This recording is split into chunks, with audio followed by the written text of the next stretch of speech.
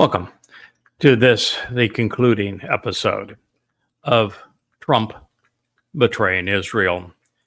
It is a very sad program to bring, but my job is to inform our listeners as to what I perceive is going to happen. Now, I will add to this program a series on what the prophets have revealed in this regard, because my conclusions regarding Trump betraying Israel, well, we have a Wookiee issue here, a little gag reflex from having a little too much cold iced tea, I think. But I think we're fine now. The insight that I was dealing with that caused me to recognize the moment that Trump won the last election is that he was going to be the Neville Chamberlain, the one who would sell out and betray Israel for a peace prize, and that his Czechoslovakia would be Israel, and that it would lead directly to war, first in Israel and then world war, was because it was foretold very vividly in the prophets, particularly in Yeshayahu, Isaiah. And it's presented along with the timing of all of this in Isaiah 17 and 18. I have shared, because it is so vital to the upcoming harvest of Shabuah, the description that Isaiah provides that leads us through this betrayal, where the two-state dissolution is imposed upon Israel. And the timing of that is on Shabuah. Shabuah, 7 years before the return of our Messiah and the Son of God, our King, David, and Yahowah. So we know the date certain that it will be implemented by. And we know, because of Yeshayahu 18, that the perpetrator is going to be America. So it didn't take much to go from there to say, well, Trump will still be president this time next year, and therefore it is Donald Trump who is the one betraying Israel. Now, since that time, we've had 25 bold, blunt, undeniable clues that it, in fact, has already been decided that he has made that decision and that he will go forward with it. And I know that there are still those who want to believe otherwise because, well, in the first term, Trump did things that were beneficial to Israel, and that is certainly true, but not this time. The prophets have spoken. They are never wrong. Now, as I spend most evenings, I'm a really fun guy, I guess, but before I go fall asleep in the evening, and if I were to wake up and be sleepless at all during the night, on my phone, I have my first 3 apps on my phone are Israeli newspapers. And I like to not just only read the articles, so I'm familiar with what's happening in Israel. It's the people and place that I'm devoted to. But what I would also do is to read the responses to every article. And if you go back just 4 or 5 weeks ago, when I was the only person saying that Trump is the next Neville Chamberlain and Israel is the next Czechoslovakia, and the next war will be World War III as opposed to World War II, there wasn't even 5% of those who were responding to news articles by any one of the 3 or 4 leading Israeli news sources that were critical of Trump, that thought there was any chance that Trump would betray them. Well, over the past month, that has changed radically. And now in those, and these are very different kind of chat rooms than what we find on X, for example. You know, on X, it's a sea of belligerence and anti-Semitic hate, and of the average IQ of the person posting it doesn't get much beyond using the F-bomb as their primary go-to verb. It's pathetic, but not on these chat rooms. The people who write for them are articulate, they're bilingual, they're vested in Israel, they care deeply about their country, and they are students of the news, and they are students of history. So it is an interesting litmus test to read what they have to say. And I will tell you that they have gone from 99% hailing Trump almost as a messianic figure to now 80% realize that Trump has only one agenda: Trump. And around 60% of Israeli news responders recognize now that they're being sold out to the highest and baddest bidder, with 40% still wanting to believe that Trump wouldn't sell them out to the Saudis. Now, that's a major shift in a matter of a month or two, but to a person, they know that the next few weeks will tell the tale, and that they are very likely being set up, and that all signs are negative thus far. I just concluded a chat with my financial advisor. I pay no attention to the monies that I made long ago, and they're just all managed for me. What enables me to do this, it's the only reason I've been able to devote every waking hour, 100,000 hours to learning what Yahowah wants us to know and then sharing it with you, and still investing in all of the tools that are necessary to do this.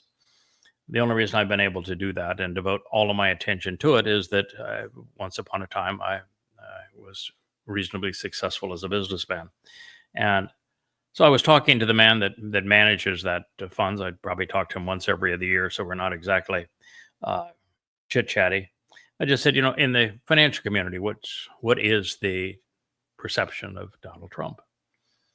And he said, it's that he's crazy, that that most of the things that he's saying and doing are not thought through. He has no clue of the unintended consequences. He'll say one thing one day and the opposite the next day. You have no idea of what's he's going to say, what he's going to do, and he has no idea of the consequence of what he's saying. And his tariff plan was ill-conceived. It was a jumbled mess.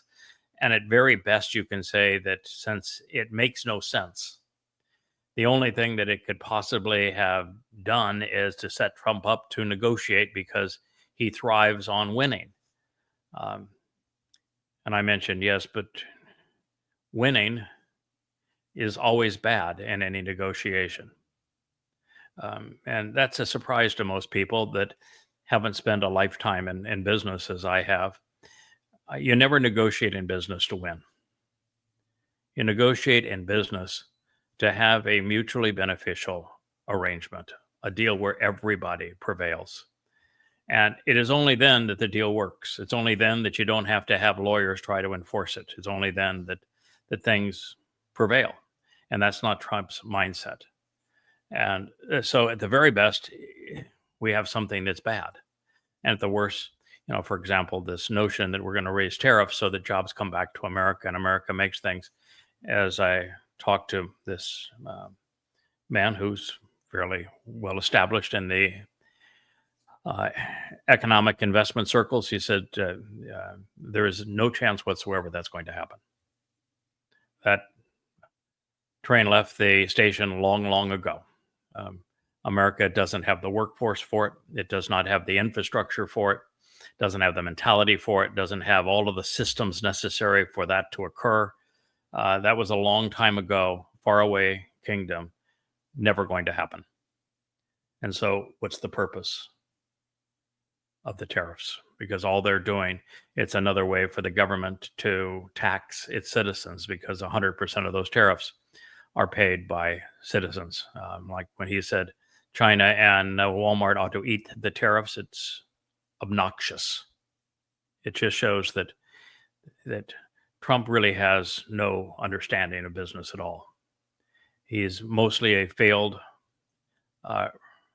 resort casino investor, multiple bankruptcies, and he's only solvent because of the money that has been given to him, some 16 billion by the Saudis, the Qataris, and the United Arab Emirates.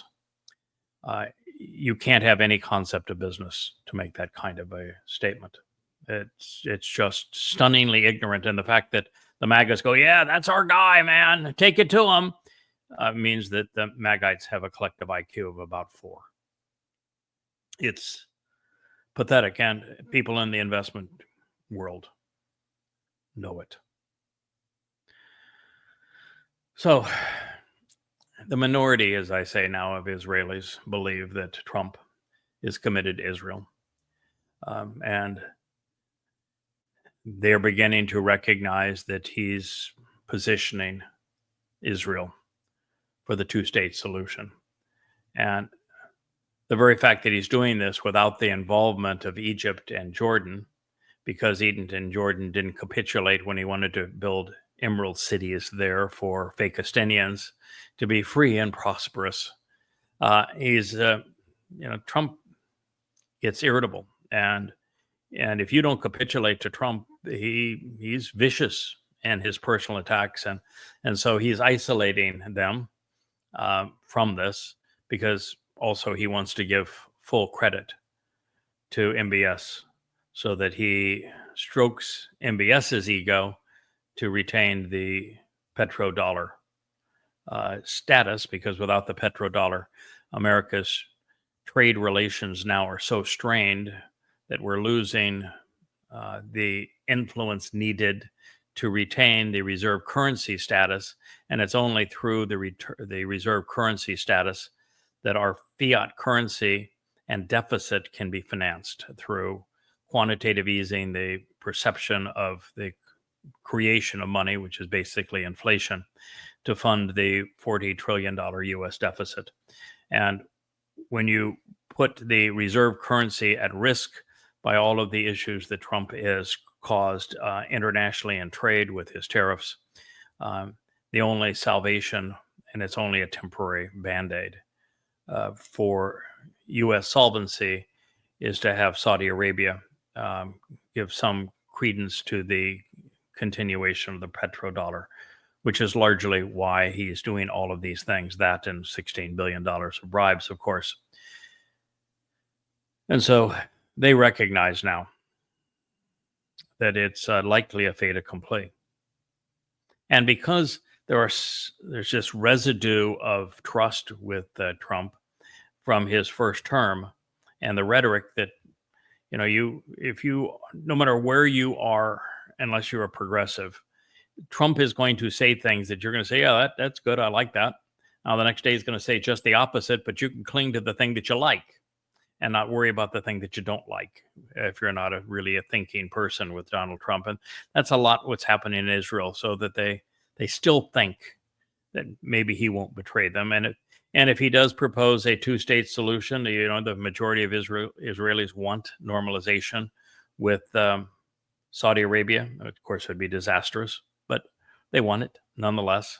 And that's going to require a Fakistinian state of terror carved out of the heart of Israel.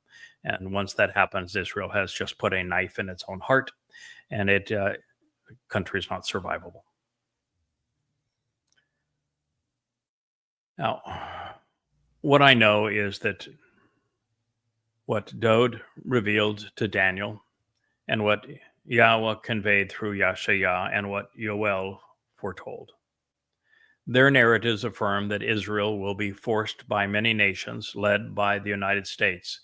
There's over 50 descriptive terms that are used in Isaiah to describe the United States, into surrendering land to its enemies, and that this will lead to a catastrophic war.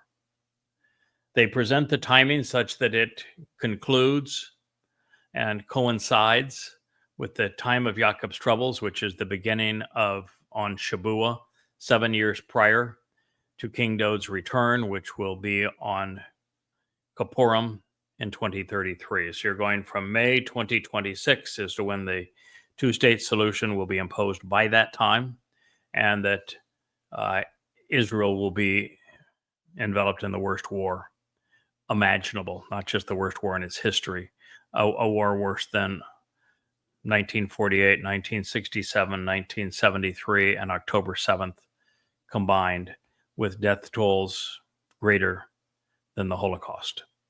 That's the level of calamity that Yoel and Yashaya are foretelling. And the beginning of this is May of 2026. It's all over by October 2033. So while the prophets have delivered very dire news, there is a silver lining. And the silver lining is that Israel, you've been nincompoops for a very long time. That's a technical term. You've been flat out arrogant and obnoxious pursuant to God.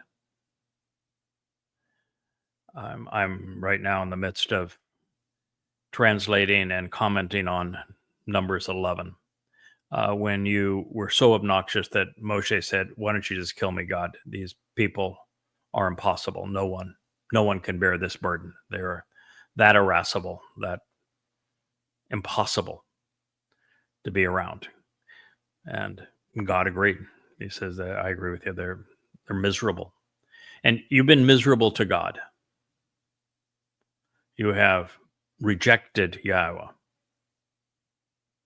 for a very long time. And for you to pretend that, oh no, our rabbis, man, they still got the yeshivas, they got their Talmud studies, they're being religious 24/7, bullcrap. Yahowah despises them. The biggest issue he has with you is you're religious. The second biggest issue with him is you're political. And the third biggest issue he has with you is you've erased his name. And the fourth biggest issue with him is you're parading around under a star of Bar Kokhba, as opposed to his menorah, and as opposed to recognizing the contributions his son made for your salvation. He's got so many issues with you, you no longer observe the Moed Mikre. You've either forgotten them or convoluted them, twisted them. And without them, there is no salvation. There's no relationship with Yahowah. You don't even know what the terms and conditions are of the covenant anymore. So no, according to God, you've been obnoxious. And he ought to know. He's known you for a long time, 3,000 plus years. And so the silver lining and all of that is that times are getting so rough for Jews in Israel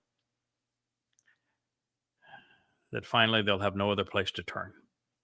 And it's only when Israel has no other place to turn that they finally realize that the rabbis have been the problem, finally realize that their politicians, even the IDF, can't be trusted.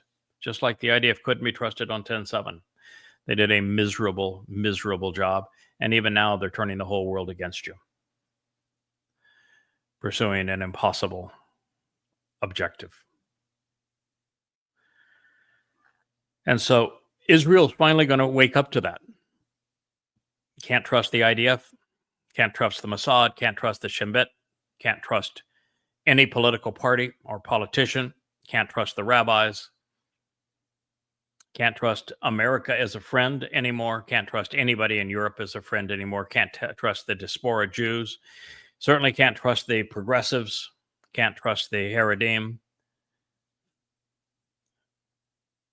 Israel's backs up against the wall. You've got murderous Muslims perpetrating all manner of calamity. You've got the world embargoing you. The only hope is going to be Yahowah.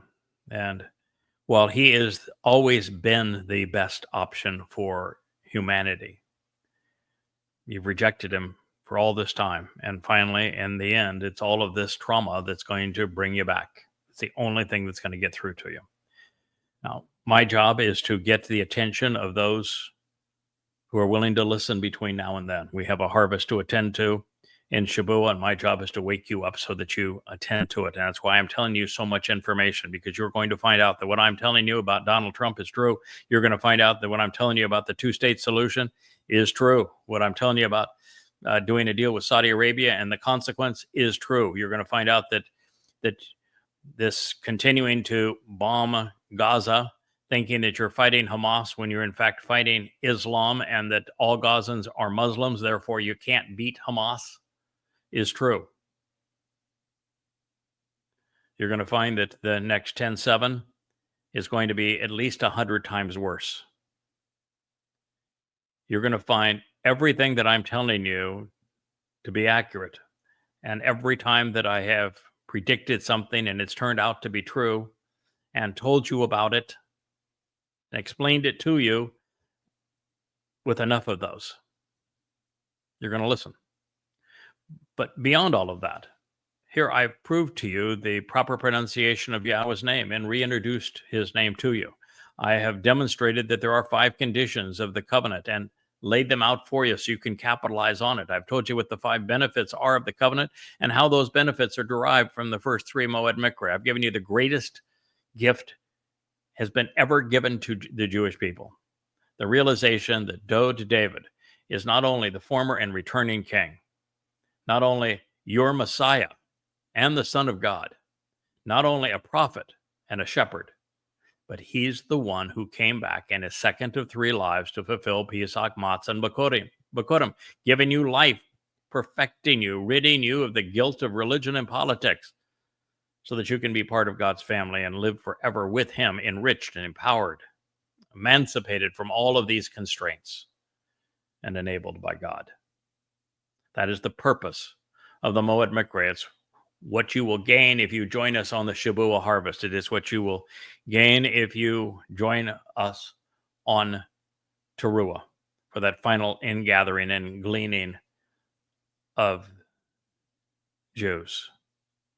It is even what you'll discover if you're part of that final remnant that is either in or brought to Jerusalem on the Shabat of Towrah, September 24th, 2033, year 6000 Yah, during the sacrifice of the red heifer to finally resolve the issues of the adulterous woman that Yahweh divorced long ago, that he will now offer to be betrothed to your returning king,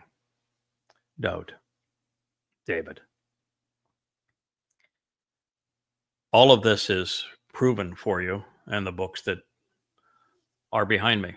All of it is revealed. All of it is delineated. It's amplified translations, a very unique style of presenting God's word so that you could validate everything that I'm saying, rendering the text from the Dead Sea Scrolls, ridding everything of the diacritical markings of the rabbis and the Masoretes so that you would know the full extent of every word that's being used, fully exploring the stems and the moods and the conjugations to convey the full intent of God's message to you.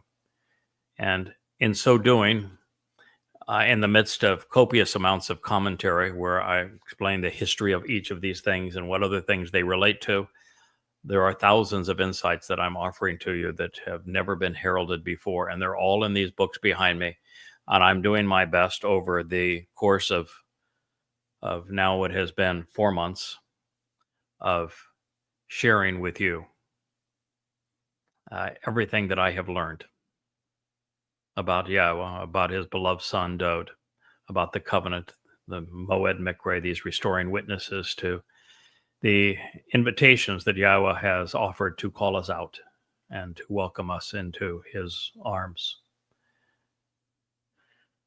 To explain the timeline of the prophets so that you know exactly what's happened when and where we are on it and what's going to happen next.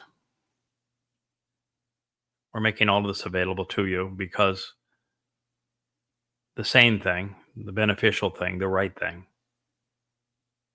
is for many of you to capitalize on what we're saying now.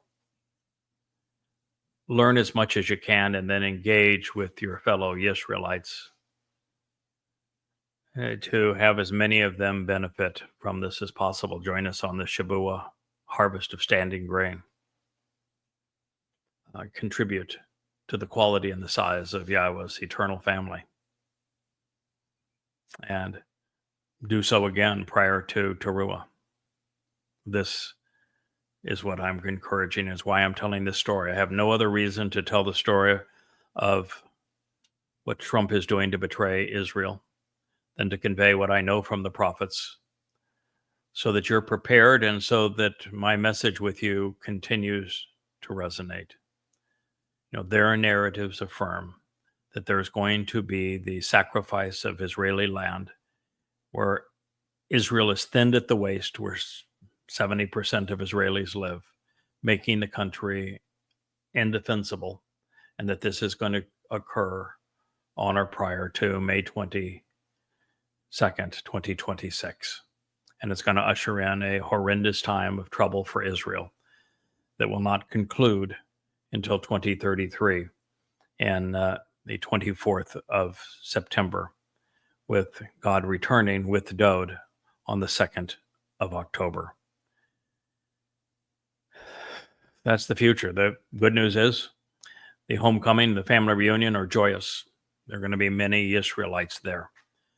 There's going to be a wonderful remnant of God's people that will be spared. The earth is going to be returned and restored to the conditions found in the Garden of Eden. We're going to camp out together and enjoy life with our King and with our God for 1,000 years before we're unleashed to explore the universe. Israel prevails. Her enemies are all expunged from the earth. There'll be no more religion, no more politics, no more militarism, no more conspiracies. Just the covenant relationship with Yahowah.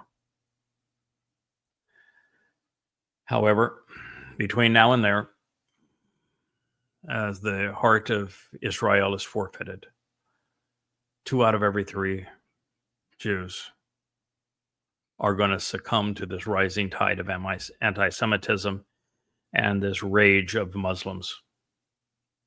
2 out of every 3. And the rest of the world's not going to fare that well.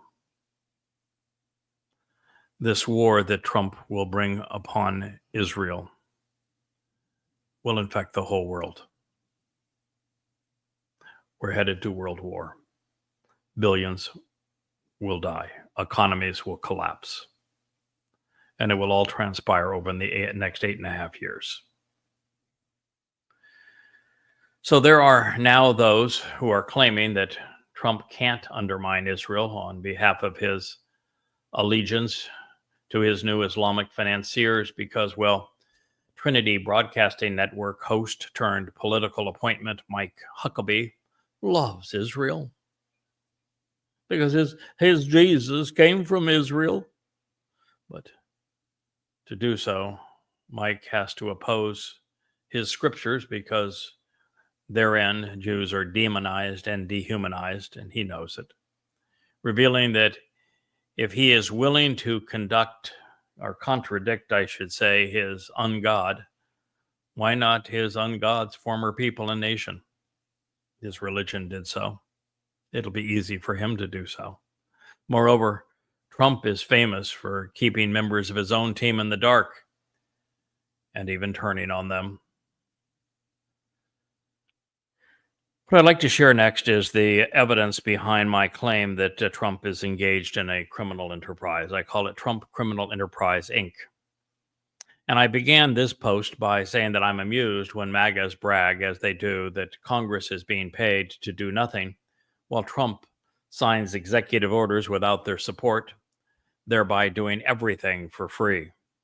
But what they miss is that the presidential salary of $400,000 is chump change compared to the $16 billion Trump and company have recently received from the Islamic dictators.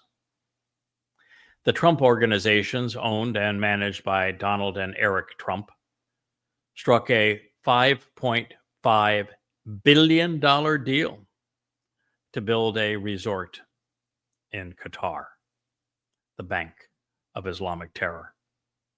Now, that is despite the obvious conflict of interest of a president shaping U.S. policy for personal financial gain. It's probably impeachable. This deal brought the known Islamic funding of the president, his private businesses, and his family to 16 billion and rapidly growing. And that's only what has been disclosed, nothing that has gone into undisclosed bank accounts. That is ever so slightly more than the $220,000 that Libya's Muammar Gaddafi paid Billy Beer founder Billy Carter, or the $20 million each that Bush and Obama received from the Saudis for their contributions to the kingdom after they left office.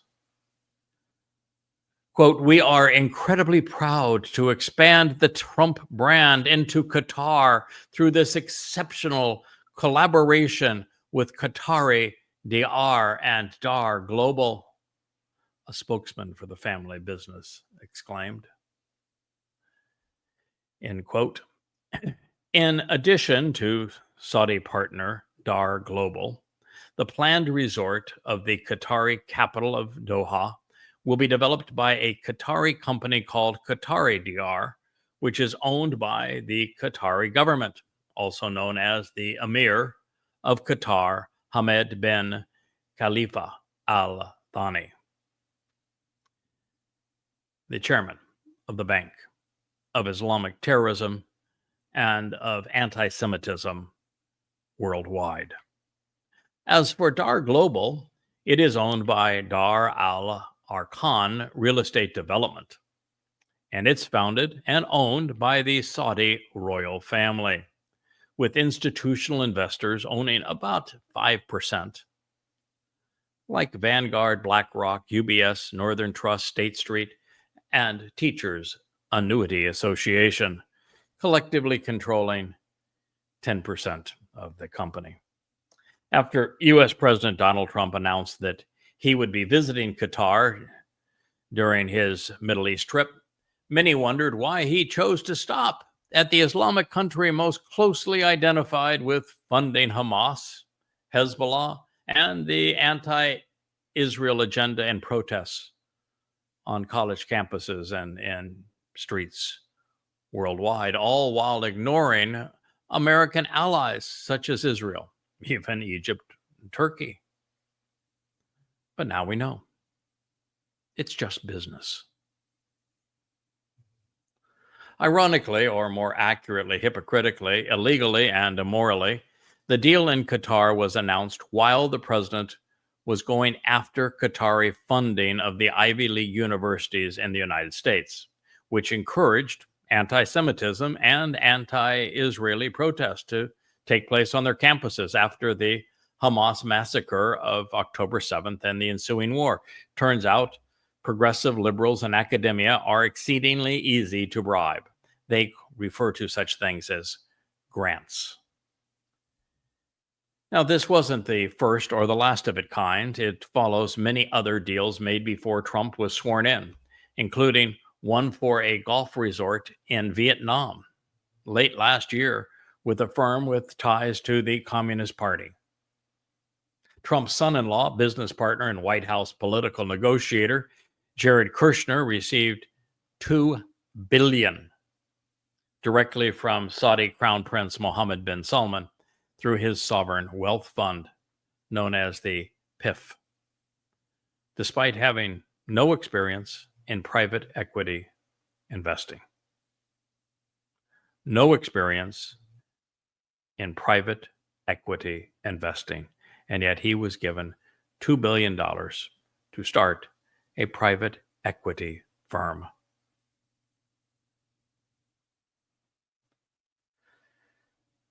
He received the transfer of this $2 billion within 6 months of leaving the White House. Crown Prince Mohammed bin Salman, who serves as the chairman of the Public Investment Fund and is its owner, personally intervened to approve the investment and overruled the panel of advisors who called the sum unsatisfactory in all respects.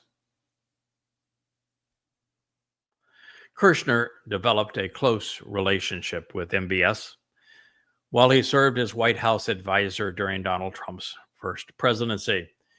helping to approve the $110 billion weapons sale to the kingdom after it faced public backlash for the murder of journalist Jamal Khashoggi, which the Department of National Intelligence later reported was directed by the Crown Prince himself.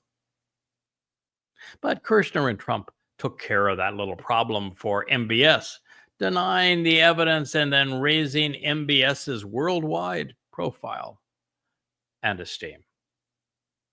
Bribes matter. Around the same time, the Public Investment Fund of Saudi Arabia also invested $1 billion in Liberty Strategic Capital, a private equity firm set up by former Secretary Steve Mnuchin after Trump left office. Thereafter, Trump's Middle East envoy, Steve Witkoff, received a $623 million investment to bail him out of the failed purchase and management of the Park Lane Hotel in New York City. It was funded by the Qatari Investment Authority, the fiefdom's sovereign wealth fund, a month before the Qataris sponsored the Hamas terrorist raid in Israel. 1 month prior.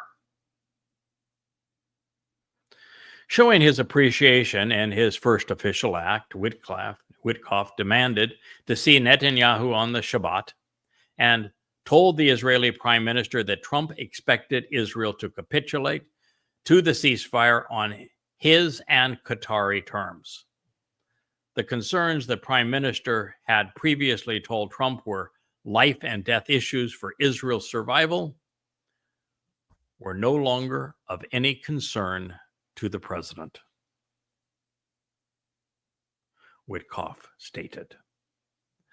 Then, right on cue, Hamas sponsor and advocate, Qatari Prime Minister Sheikh Mohammed bin Abdul Rahman bin Jassim Al Thani credited Witkoff in a speech announcing the deal, albeit one usurped by Trump's earlier proclamation that an epic ceasefire had been reached. Yes, when the financiers of Islamic terror and of Hamas tell you that the deal happened because Witkoff did as they demanded, you know you have a problem. But there's more. Because after winning a second term, Trump received funding in excess of $3.5 billion for a soaring Trump Tower in the Saudi capital of Riyadh, of which Trump is superfluous, of course, other than the influence acquired. Trump isn't providing any of the finance. It's all coming from Saudi Arabia. He isn't providing the land. Saudi Arabia. He isn't providing the construction company. Saudi Arabia. He is not providing the architects. Saudi Arabia. He is not managing the building. Saudi Arabia. All Trump is doing is getting money and having his name put on the top and the bottom of a splashy new building, which plays to his ego as well as to his pocketbook. Now, there is another Trump Tower and resort being built and funded in Jeddah, Saudi Arabia, where the Trump Grand Edifice will be gilded in glittering gold. The Trump-branded Oman project is valued at $4 billion in the United Arab Emirates, and they are all being managed and constructed by Dar Global, meaning that Trump isn't the builder, the management company, or the financier, just the beneficiary of the funds and prestige. Now, if that wasn't already overtly gluttonous, then the Trump Organization announced the launch of the Trump International Hotel and Tower in Dubai, the capital of the United Arab Emirates. During the planning phase, Donald Trump stated, When I look at the potential sites for real estate investment, I concentrate on location, location, location. And this is the best location, not only in Dubai, but in the whole of the Middle East, except he's not buying it. He's being bought. There is no correlation, but in addition to landing Air Force One in Saudi Arabia to visit with MBS, Trump is flying off to his new BFF and business partner in Doha, Qatar, after meeting with the Emir Sheikh Tamim Al Thani. Then on May 15th, the Trump dollar train will arrive in Abu Dhabi and meet with Emirati dictator Mohammed bin Zayed. Ain't that swell? Now, following the remarkable success of the Trump International Oman, this is a quote, as well as our most recent ventures in Dubai and Jeddah, we are thrilled to announce 2 additional properties in Riyadh. Eric Trump, president's son, who oversees the company's real estate interest, said. Think of that.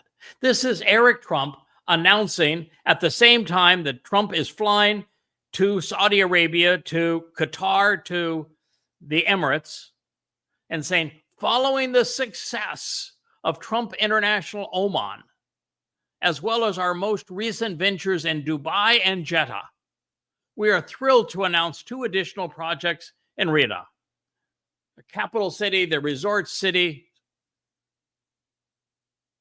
of those nations that are most opposed to Israel.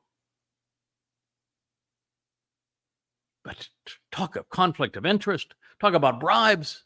This is the most egregious series of events that have ever stained the White House of the United States. Philanderer and thief. Eric Trump, the president's son who oversees the company's real estate investments, said that the Dubai Tower of narcissism, he didn't actually say that. This is what he says, is going to be called the Trump. It's going to cost over $1 billion. And it's going to feature, affordable housing with $20 million apartments. They are, according to the Donald, inspired by Trump's towers, gold-plated residence in New York City. And Bitcoin has now been listed as an acceptable form of payment, along, of course, with the Trump cryptocurrency. It is a flagrant, deplorable, criminal, and likely impeachable act. And I would not care if it were not for the fact that Trump plans to give the heart of Israel to Saudi's crown prince as part of his deal of the millennia. Every action of President Trump reflects the will of those pulling his strings, which includes appointing Witkoff Middle East advisor, forcing Israel to capitulate to Qatar's and Hamas's terms on the previous ceasefire and hostage exchange for Hamas terrorists, the promise of Saudi and Qatari resorts in Gaza, the construction of emerald cities for Fakistinians in the Sinai and Jordan, but not, of course, in Saudi Arabia, which is the natural place for them, conducting a charade of ceasefire negotiations to end the Ukrainian proxy war with Russia in Saudi Arabia, of all places, without even inviting the Russians or Ukrainian representatives, preventing Israel from destroying Iran's nuclear bomb facilities, and then spilling the story of how he interfered to the New York Times, negotiating a meaningless deal with Iran for uranium enrichment after they have already enriched their uranium, and doing so bypassing Israel. Firing National Security Advisor Mike Waltz because he supported Israel's right to defend itself from Iranian annihilation. Telling Israel to bomb the Houthis and then forming a truce with them that expressly excluded Israel, all based on a deal proposed by the United Arab Emirates that just leave, cruise away in the aircraft carriers and the Houthis won't fire at the aircraft carriers that aren't there. They'll continue to fire at Israel, but that's what we all want, isn't it?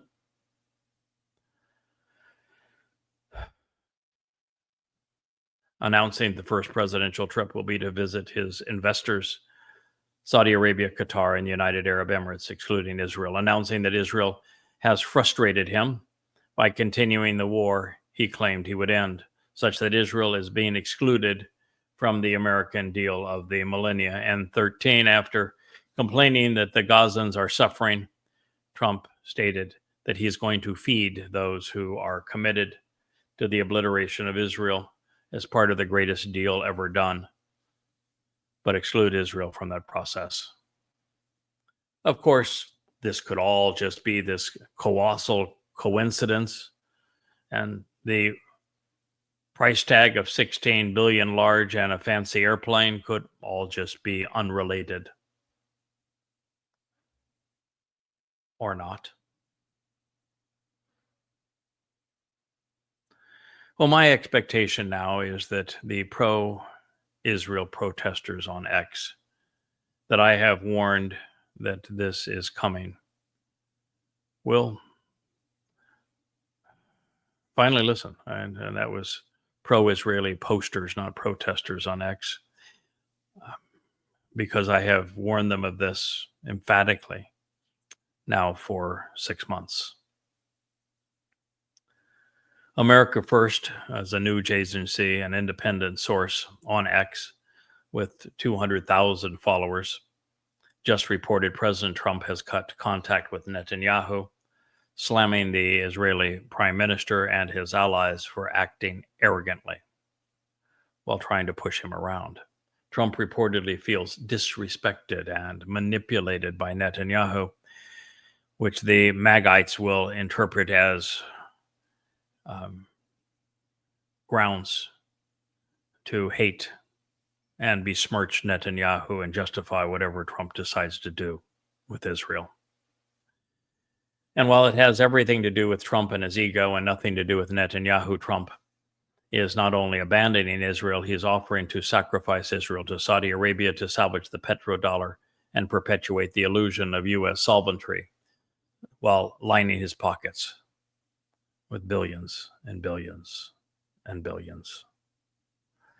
Now, I began reporting on this inevitability the first week of November of last year, and each new day demonstrates that I have been right. The current issue is that Trump is demanding that Israel offer the concession of a Palestinian state, and we're going to see that materialize over the next weeks and months. And it will, of course, be managed by Saudi Arabia and carved out of the heart of Israel.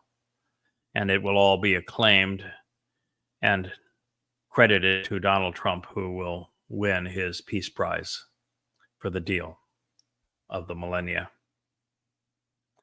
There's also Donald Trump's new plan for malcontent and murderous Muslims in Gaza. They have earned a special privilege for having raped, abducted, and murdered Jews. The Gaza Foundation says that Palestinians in Gaza, these malcontent Muslims, you don't have to work anymore. Not that you ever did. You don't have to stop hating Jews. You don't have to stop abducting and torturing Jews. You don't have to release the hostages. You don't have to stop terrorizing and killing Jews. You don't have to stop lying about being a Palestinian. You don't have to stop claiming that Israel is yours. You don't have to stop plotting genocide or apartheid. You don't have to stop abusing women.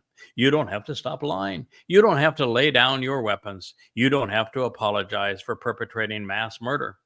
You will be well rewarded and fed so that you will have the strength to kill your Jewish neighbors. Surely, others will come in and rebuild your Islamic hellhole too, so that you can focus on more important things like religious apartheid and genocide. Steve, I'm owned and operated by Qatar, MBS, like POTUS, Witkoff, introduced the Gaza Humanitarian Foundation. It supposedly bypasses Hamas without first dealing with the armed terrorist group. It even cuts out the UN because, well, the Trumpsters don't play well with others and they don't share credit. The murderous and unrepentant hostage abducting and still hostage holding Gazan Muslims evidently deserve aid that is secure, transparent, and independent. And that, of course, means independent of Israel, overtly bypassing the IDF because POTUS cares more about Muslims because of his Saudi and Qatari warlords and overlords, financiers, than he does Jews. So the perpetrators of the October 7th massacre will be rewarded while their victims will be abandoned. Billions in funding, international teams comprised of Muslims to hand out food, no questions asked. Humanitarian utopia, but for one demographic only. Remember, Pakistani lives matter. Surely the foundation for rewarding Jew killers wasn't the really, really big announcement that Trump had in mind. And it's just astonishing what we see one day to the next. Prior to making this announcement about how he was going to reward the Jew killers in Gaza, Trump says, this is going to be one of the most important announcements that will have ever been made in many years about a certain subject, a very important subject. You'll all be here.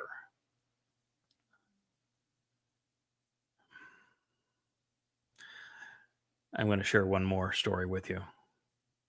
I mentioned this in a previous video blog, that Iran has been caught using satellite images to expose a once secret Iranian nuclear site that has been operating for over a decade, above ground, reportedly producing tritium, which is a key component used in nuclear weapons, not civilian energy. Tritium is the final and essential ingredient for an effective nuclear bomb. It serves as the trigger, boosting the yield of fission bombs, and as a neutron initiator for weapons. And since it has a short half-life of just 12 years, it is made after everything else is complete.